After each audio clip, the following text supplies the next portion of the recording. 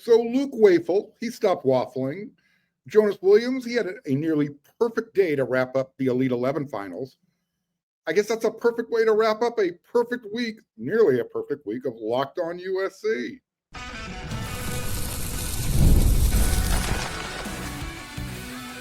You are Locked On USC, your daily podcast on the USC Trojans, part of the Locked On Podcast Network, your team every day. Fight on, everyone. I'm your host, Mark Culkin, and thank you for making Locked On USC. It's part of the Locked On Network, your first listen every day. Whether you're watching the show on YouTube, you can pick any platform, you can download this podcast, and anytime you watch or listen, this show's always going to be free, and I'm always going to appreciate your support. Today's episode is brought to you by FanDuel. Right now, new customers, you can get $200 in bonus bets when your first $5 bet wins. So before I get started with the show, a lot of information. Again, I hope you enjoyed the Albert Hill interview that I posted up yesterday. My sound quality was terrible. His was great. So focus on the answers. I'll try and get him on again. And I want to apologize to Albert for the way it turned out. But anyways, I thought it was fine as far as his answers go. This episode, wow, woo! Xavier Griffin, who? Remember when everyone got all bent out of shape because Xavier Griffin decommitted from USC when USC said, hey, no, you're committed. No visits allowed. Well, Griffin is still uncommitted. And like I told my everydayers, once Luke Wafle commits to USC, and he did, no one's going to care about Xavier's change of heart. We wish him good luck. But, one guy leaves, another one's going to take his place. Next man up. Hello, Luke Wafle. Here we go. As I say, nothing in life comes easy. Never has, never will. Not, especially when it's something you want. Luke was supposed to commit at the beginning of the week, right? And then Ohio State said, hey, slow down. Let us make an offer. I came on Locked On USC earlier this week, and I said, by the time Thursday's episode rolls around, depending on what time of the day you listen or watch, hopefully both. Hopefully it's the first thing in the morning. But anyways, I said there was going to be a good chance that USC's class would have another edition. Thursday was supposed to be the day that Luke Wafle commits to USC. I'm recording this episode Thursday night, last day of Elite 11 finals. You're watching this episode Friday.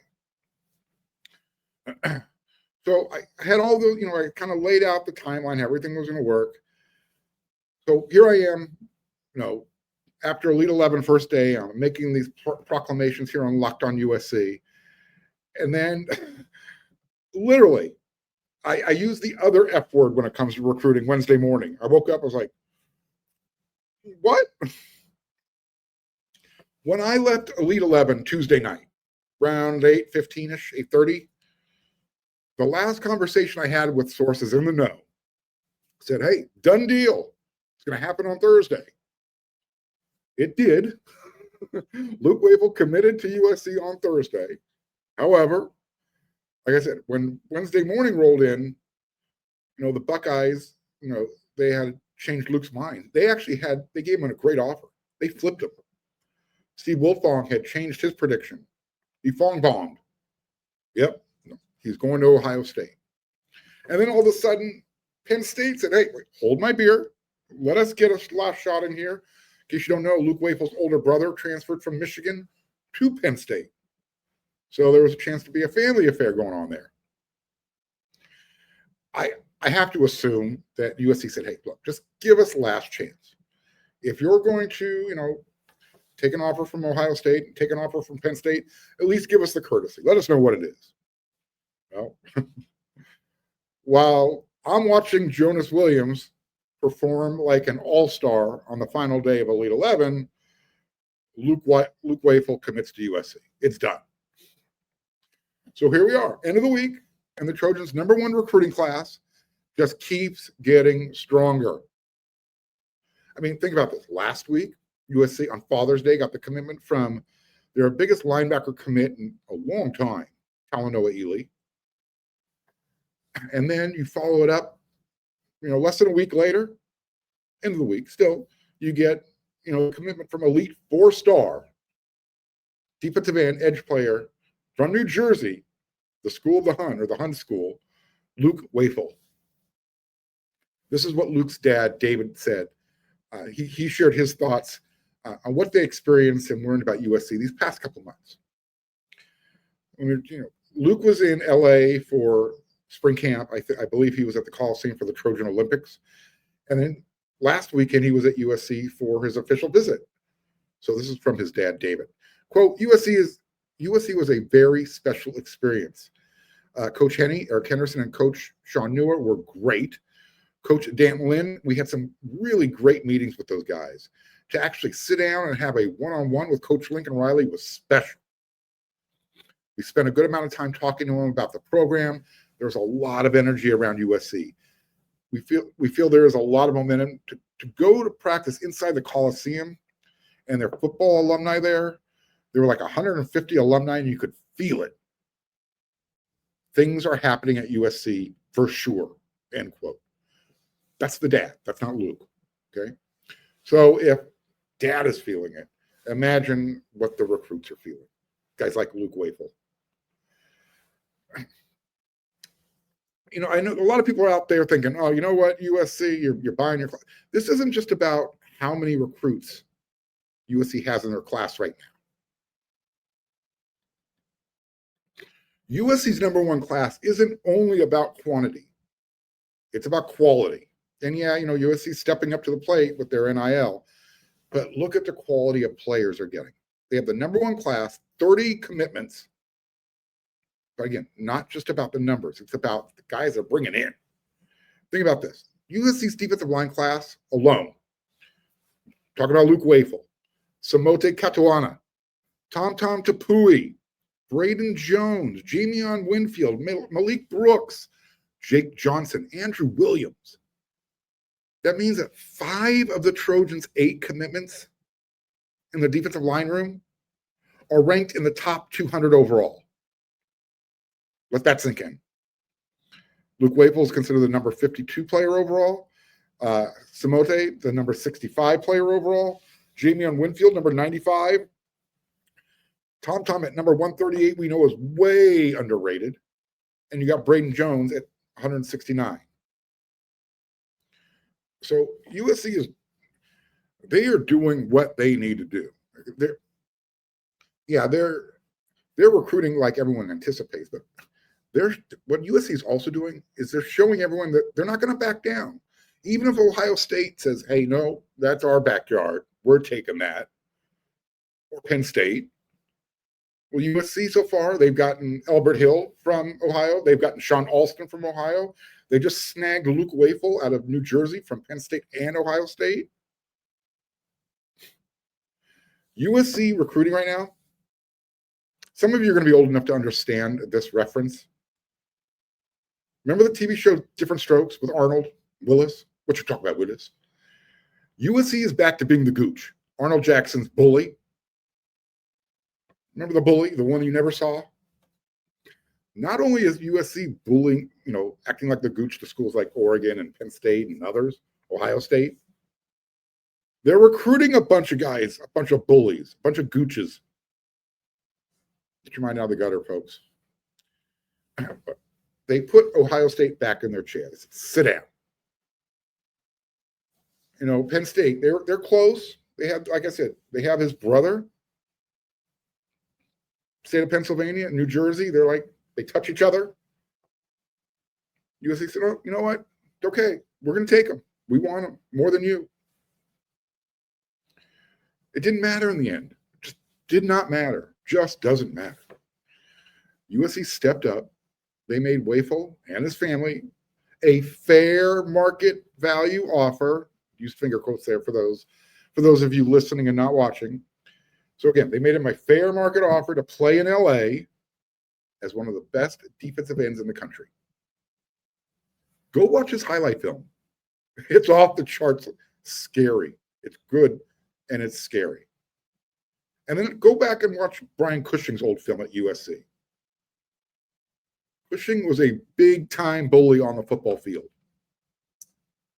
Wafle is scary dude on the field as well. He plays with that same tenacity, intensity. He's a headhunter. He's going to come get you. He's going to throw you to the ground. Some say he's the next Joey Bosa. He's got that type of potential. So here's USC's number 1 recruiting class in 2026. 30 committed players.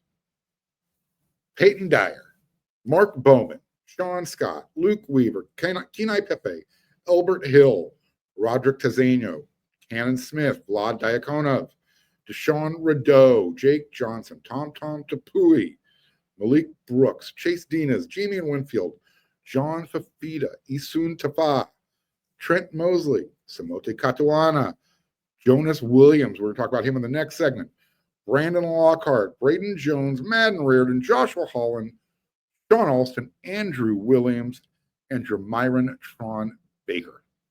That's the class of 30. This could be one of those all-time defensive line classes. All right, just to kind of put everything in context, break them out of that larger group. You've got Mote and Wafle at defensive end. Plus, you got Williams, who was underrated. Right? Samote is a number 1 defensive end in California. Luke Wafle is considered one of the top defensive ends in the country from the East Coast. USC's defensive line, interior, just as good. Tom, Jamie Winfield, Braden Jones, Malik Brooks, Jake Johnson, taking his official visit this weekend. Okay, look, even though none of these guys are going to be playing for USC in 2025, Wafle and Katuana, they're joining Jakeem Stewart, Gus Cordova, and Jaden Ramos, who are part of this year's USC squad. USC also brought in Floyd Bucard and Cash Jacobson for the interior in 2025. USC's stacking right now. And it's making everybody else in the country upset and scared. It really feels like USC is back to recruiting the way everyone anticipates USC should recruit annually. And it also looks like they figured out how to use their built-in advantages. Location, wealthy donors. And when USC does all of that, everyone hates USC and they calls them the gooch, the bully. Get out of their way. You don't want to mess with USC. USC is kind of sending that message right now. All right, we got 2 more segments to go. Next segment, I'm talking about Jonas Williams. He was almost perfect on the final day of Elite 11. And then stick around for the Friday Rant, especially if you're a Ohio State Buckeye fan. Get some words of wisdom for you.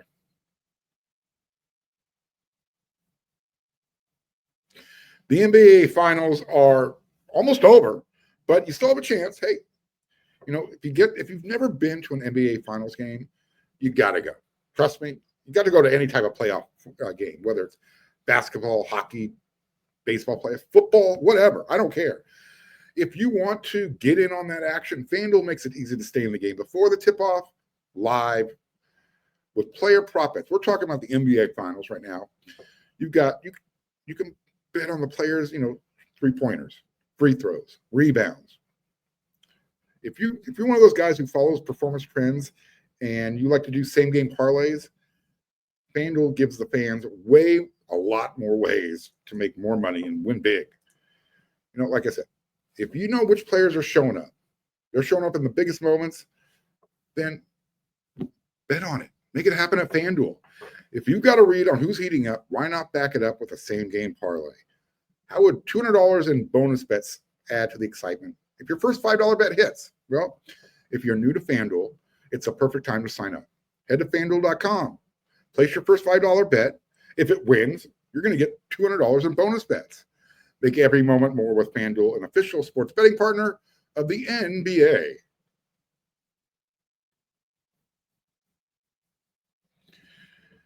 Now that we got the whole Luke Wafle kerfuffle taken care of, he's in the fold.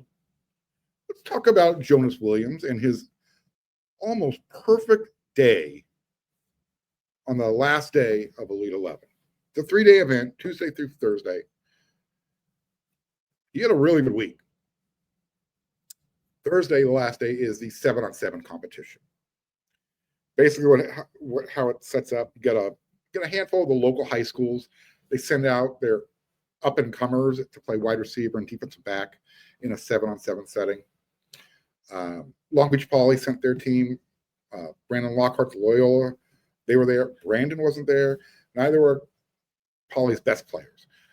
So, again, the quarterbacks are just trying to deal with a lot of young guys who are trying to impress. Sometimes they might run the wrong route. They'll drop a pass, whatever. Everyone's eyes are focused on the quarterbacks looking at the throws. So you got the local high schools, wide receivers, defensive backs, stepping in, playing with the next best batch of quarterbacks in the country going to college. And the quarterbacks get, I think it's 12 minutes to produce as many scoring drives as possible within that time frame. Jonas Williams was one of the last to go. So by the time he, took the stage, so to speak, a few of the guys who had played ahead of him, the highest score was 6 touchdowns. A few of the guys had that. Well, when Jonas was all done, he finished with 7, the most. And he literally should have had 8. You know what? While I'm talking, you should probably be watching this film. So give me 1 second here.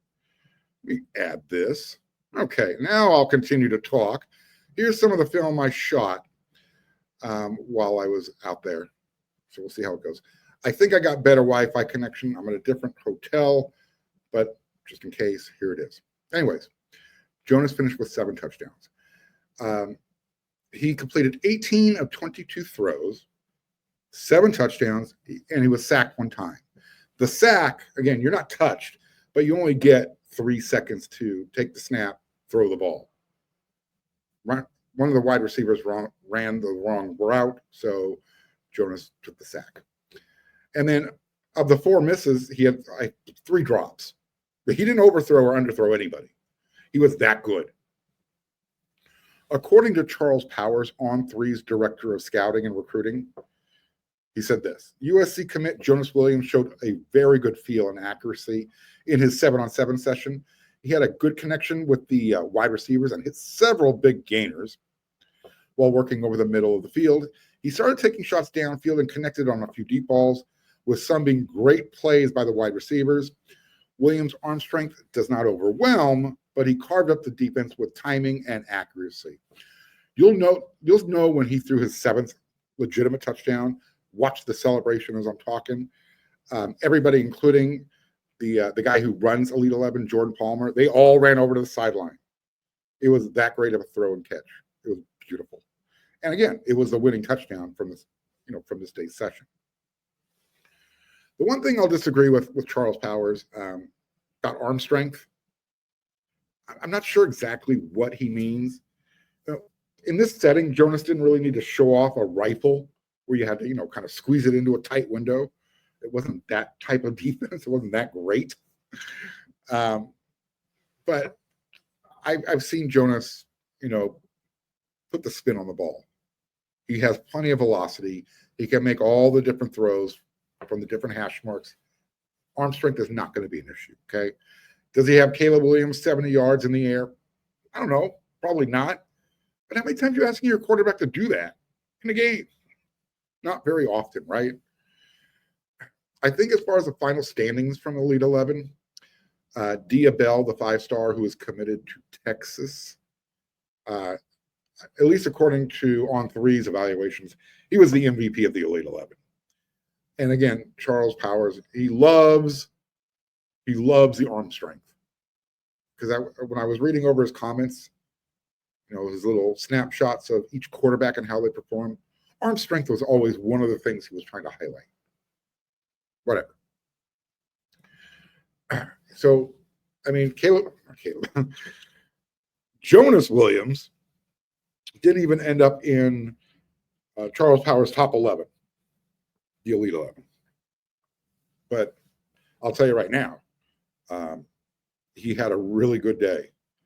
There it is. There's the winning touchdown right there. Watch this reaction from everybody. Okay, that's the high school team that caught the pass. But Jonas is in there. Here comes the guy in the yellow shirt. That's Jordan Palmer. Everybody else from the scrum comes running over there. Some of his quarterback peers. He had a great day. So there you go with that. On my way out, before I left Elite 11, I spoke with Jordan Palmer. And I said, what'd you think? Did Lincoln find another one? It's like, basically, he summed up Jonas's day this way. He had almost a perfect day. He finished with 7 touchdowns, should have had 8. And of the two passes that were missed by the receivers, they ran the wrong route. So, again, nobody's perfect. But Jonas showed that he's a competitor, and USC is getting another really, really, really good quarterback. Lincoln Riley's got another athletic quarterback who can throw on the run, and he can do it with accuracy. This week, Jonas was wearing number 13. Number 13 with the last name Williams. Does that mean another Heisman number is coming down when he comes to USC? Remember, Darnell Bing asked Mike Garrett if he could wear number 20. His request was permitted. Jordan Addison got permission from Carson Palmer to wear his number 3. And here we are now with Williams. Will he ask to have Caleb's 13 unretired? I guess we'll find out. But, yeah, Jonas, really good week. A fantastic week. No other way to say it. And now he gets to go back home. Now he gets to go back. Where's my thing? Oh, I need to do this. There we go. Start practicing with his own high school team. Get ready for his senior season, and then show up at USC. As an early enrollee in January 2026. So it's been a great week. USC recruiting. It started with Talanoa Ely on Father's Day. It was bookended with Luke Wafle on Thursday. We're heading into a weekend of more official visits. I don't know who's going to commit next. There's not a lot of spots left, that's for sure. I know the offensive lineman, Brett Kolage, he's doing his visit, and he's going to take another one. He might not commit until December or later in the year. Right now, USC's got 30. They're going for 35. I don't know who's going to be next, but you know what? I do. I think it's going to be that wide receiver. I think it's going to be Booby Feaster. That's going to be 31. And then what's left? Then who do you reserve spots for? All right. One more segment to go. We're going to kind of bring the Ohio State fans into this discussion a little bit. It's going to be part of my Friday rant. They're not too happy. They don't like the way USC is recruiting, especially when they come steal one from them, or at least someone they thought they were going to get.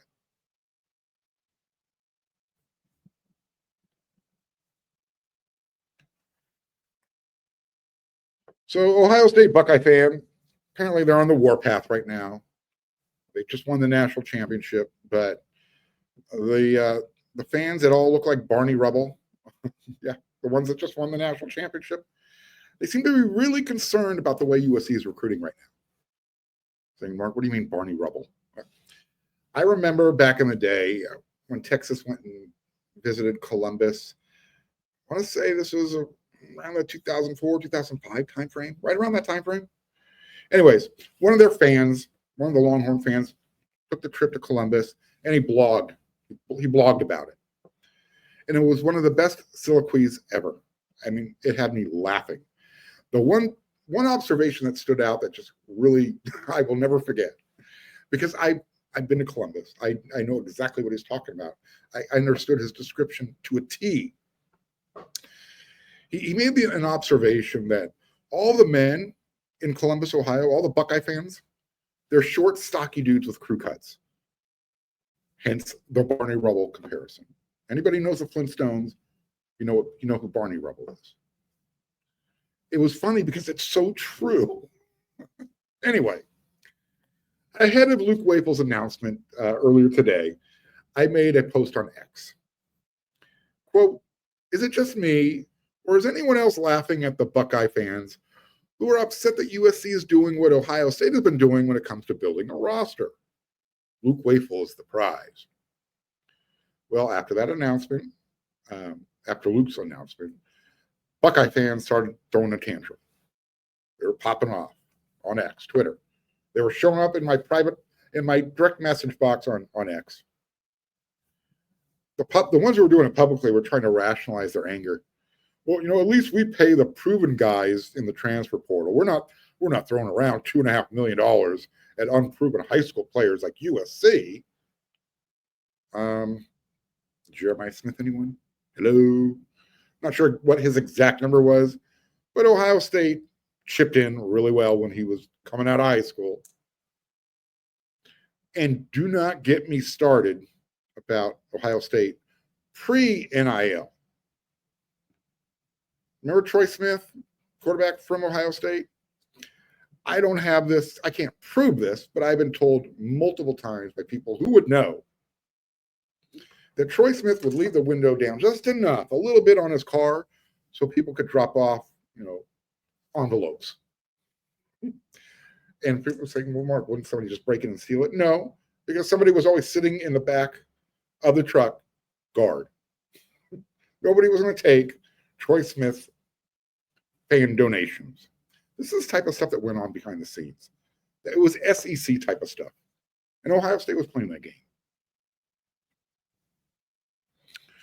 So Buckeye fans are upset because this is like the third year in a row that they've been beaten for a guy that they wanted on the defensive line, specifically defensive end. And now they see USC giving them one of those recruiting Melvins. You know what a Melvin is? Guys know what a Melvin is. USC just walked up to Ohio State and said, woof. Ohio State felt it. Like I said, I got a couple of fans that sent me messages, direct messages on X. And the nut fan's logic doesn't even make sense. The premise is, this makes sense. He's right in this regard, that Lincoln Riley has to win this year. But that's why USC is throwing around money for next year. Hello, McFly. If Lincoln has to win this year, all the money that USC is spending right now on the 2026 class, it's not going to affect Lincoln Riley in 2025. Idiot. So, in fact, one of the Columbus Barneys, I called him. You heard me. Your Columbus Barneys. He tried to convince me that he wasn't mad. Yet he kept sending me these snarky messages to prove he wasn't mad. It's almost like, I'm going to get the last word, and I'm going to give the last barb. Well, here's the last snark before we check out of this week. I think Carson Palmer said it best back when he was a Cincinnati Bengal. Carson is a diehard USC Trojan, okay? Let me remind everyone what Carson said. This was before USC and Ohio State played that home-and-home series when USC swept Ohio State at the Coliseum. Remember when Ray took that pick six back to the end zone while trucking their quarterback on the way? Literally ran over his face.